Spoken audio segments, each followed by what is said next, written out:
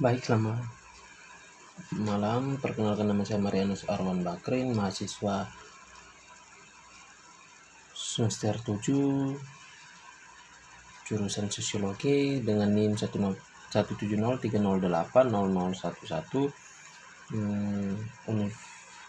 Fakultas Ilmu Sosial dan Ilmu Politik, Universitas Nusa Cendana Kupang. Baik, dalam video kali ini merupakan video lanjutan tugas yang diberikan oleh dosen mata kuliah kajian seminar masalah-masalah sosial. Ini video review buku yang ke-14 dan isi materi atau penyampaian di dalam ini saya rasa sama saja dengan video-video sebelumnya, hanya saja isinya yang berbeda, tetapi cara penyampaian dan lain sebagainya tetap sama. Itu saya hanya menyampaikan inti atau poin-poin penting menurut saya yang akan saya sampaikan mengenai buku ini. Jadi kita langsung saja.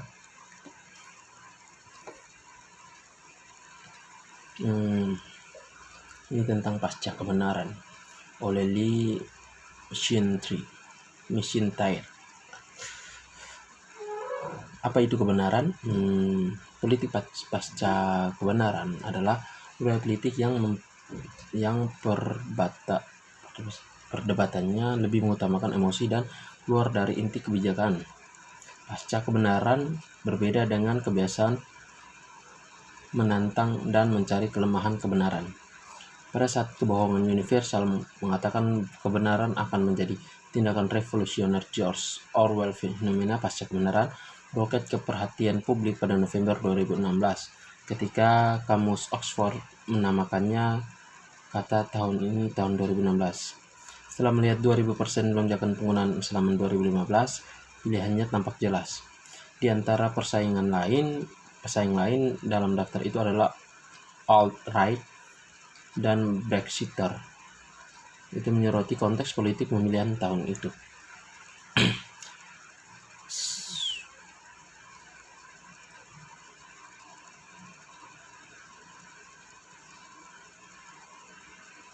Mengingat kebingungan fakta, pengabaian standar bukti dalam pembenaran, dan kebohongan langsung menandai pemungutan suara Brexit 2016 dan pemilihan Presiden Amerika Serikat.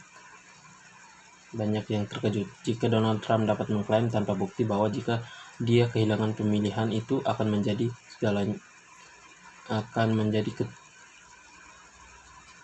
menjadi lebih buruk. Trump mengklaim sekali lagi tanpa fakta yang mendukungnya bahwa dia benar-benar memenangkan suara populer. Kita lanjut saja.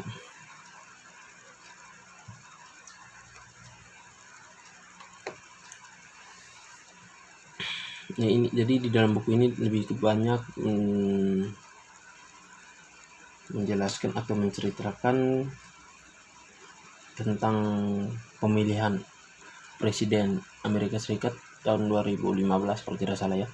Itu di mana Donald Trump dengan segala keyakinan dan lain sebagainya itu mengklaim bahwa dia sudah menang dan lain sebagainya. Jadi di sini tapi ada kaitannya juga dengan materi dari mata kuliah ini. Ada penjelasan dari para ahli dan lain sebagainya. Trump menawarkan serangkaian kesalahan baru, bahwa dia memiliki kemenangan elektoral terbesar sejak Reagan, bahwa kerumunan pada pelantikannya merupakan yang terbesar dalam sejarah Amerika Serikat. Di sini ada bukti dan lain sebagainya.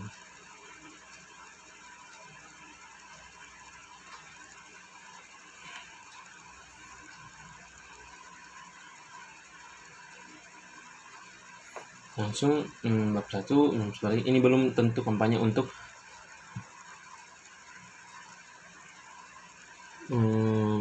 di bab 1 ini belum tentu kampanye untuk mengatakan bahwa fakta tidak penting, melainkan sebuah keyakinan fakta itu selalu dapat diarsir, dipilih dan disajikan dalam konteks politik yang mendukung satu interpretasi kebenaran atas yang lain. Mungkin inilah yang dimaksudkan dengan kepala pengganti Trump. Kalian Conway ketika dia mengatakan pers itu sekretaris Fisher bermaksud memberikan alternatif fakta tentang jumlah penonton saat pelantikan. ketika Trump tampak jengkel dengan layanan Taman Amerika Serikat, foto resmi yang menunjukkan ribuan kursi kosong. Jadi apakah post-truth hanya tentang berbohong? Apakah ini hanya putaran politik? Tidak tepatnya.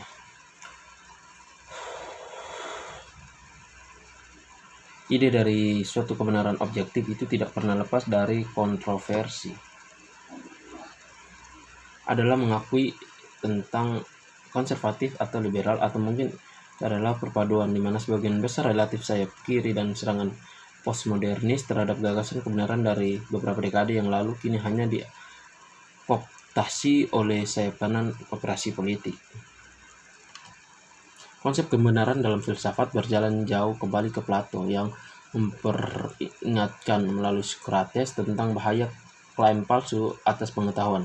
Ketidaktahuan Socrates merasa apa itu post-truth bisa diperbaiki jika seseorang cuek, dia bisa diajar. Itu ancaman yang lebih besar datang dari mereka yang memiliki keangkuhan berpikir bahwa mereka sudah mengetahui kebenaran, karena itu mungkin saja cukup terburu nafsu untuk bertindak atas kebohongan. Nah, itu penting pada titik ini untuk memberikan setidaknya definisi minimal tentang kebenaran. Mungkin yang paling terkenal adalah Aristoteles yang berkata, kepadaku katakanlah tentang apa yang bukan itu atau apa yang bukan itu adanya salah, sementara untuk mengatakan apa itu dan apa yang tidak bahwa tidak benar.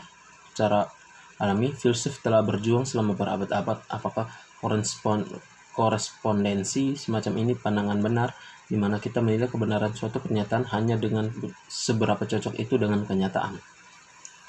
Konsepsi kebenaran menonjol lainnya itu mencerminkan sebuah keragaman pendapat di kalangan filsuf tentang yang tepat, teori yang tepat tentang kebenaran, meskipun sebagai nilai tampaknya sedikit membantah bahwa kebenaran itu penting untuk saat ini. Mana bagaimanapun, pertanyaan bukanlah apakah kita memiliki teori kebenaran yang tepat, tetapi bagaimana memahaminya tentang berbagai cara orang menumbangkan kebenaran. Berikut adalah berbohong. Ketika kita mengatakan kebohongan dengan maksud untuk menipu, ini adalah tonggak penting karena di sini kita telah menyeberang untuk mencoba menipu orang lain, meskipun kita tahu bahwa apa yang kita katakan itu tidak benar. Menurut definisi, setiap kebohongan memiliki penonton. Kita mungkin tidak merasa bertanggung jawab untuk mengucapkan kebohongan jika tidak ada yang mendengarkan. Tapi ketika niat kita adalah memanipulasi seseorang agar percaya sesuatu yang tidak benar, kamu telah lulus dari sekedar interpretasi fakta ke dalam pemalsuannya. Ketika Gingrich mengklaim bagaimana caranya merasa angka Munon lebih penting dari FIB statistik, orang curiga dia hanya bersikap sinis. Dia adalah sejenis dari enabler untuk post-truth, kepintaran politik yang berputar kebenaran yang paling menguntungkan bagi mereka, mengetahui sepenuhnya baik dengan kebanyakan orang lain bahwa ini adalah apa yang mereka lakukan, tidak hanya omong kosong karena ada niat yang jelas untuk mempengaruhi orang lain. Namun post-truth juga ada di genap bentuk yang lebih ganas. Ini adalah saat penipuan diri dan delusi terlibat dan seseorang benar percaya ketidakbenaran bahwa hampir semua sumber dapat dipercaya akan membantah.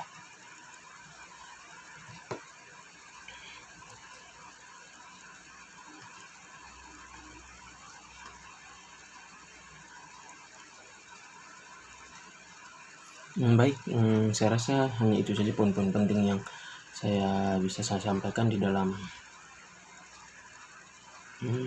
video kali ini, karena yang jelas di sini berbicara tentang kebenaran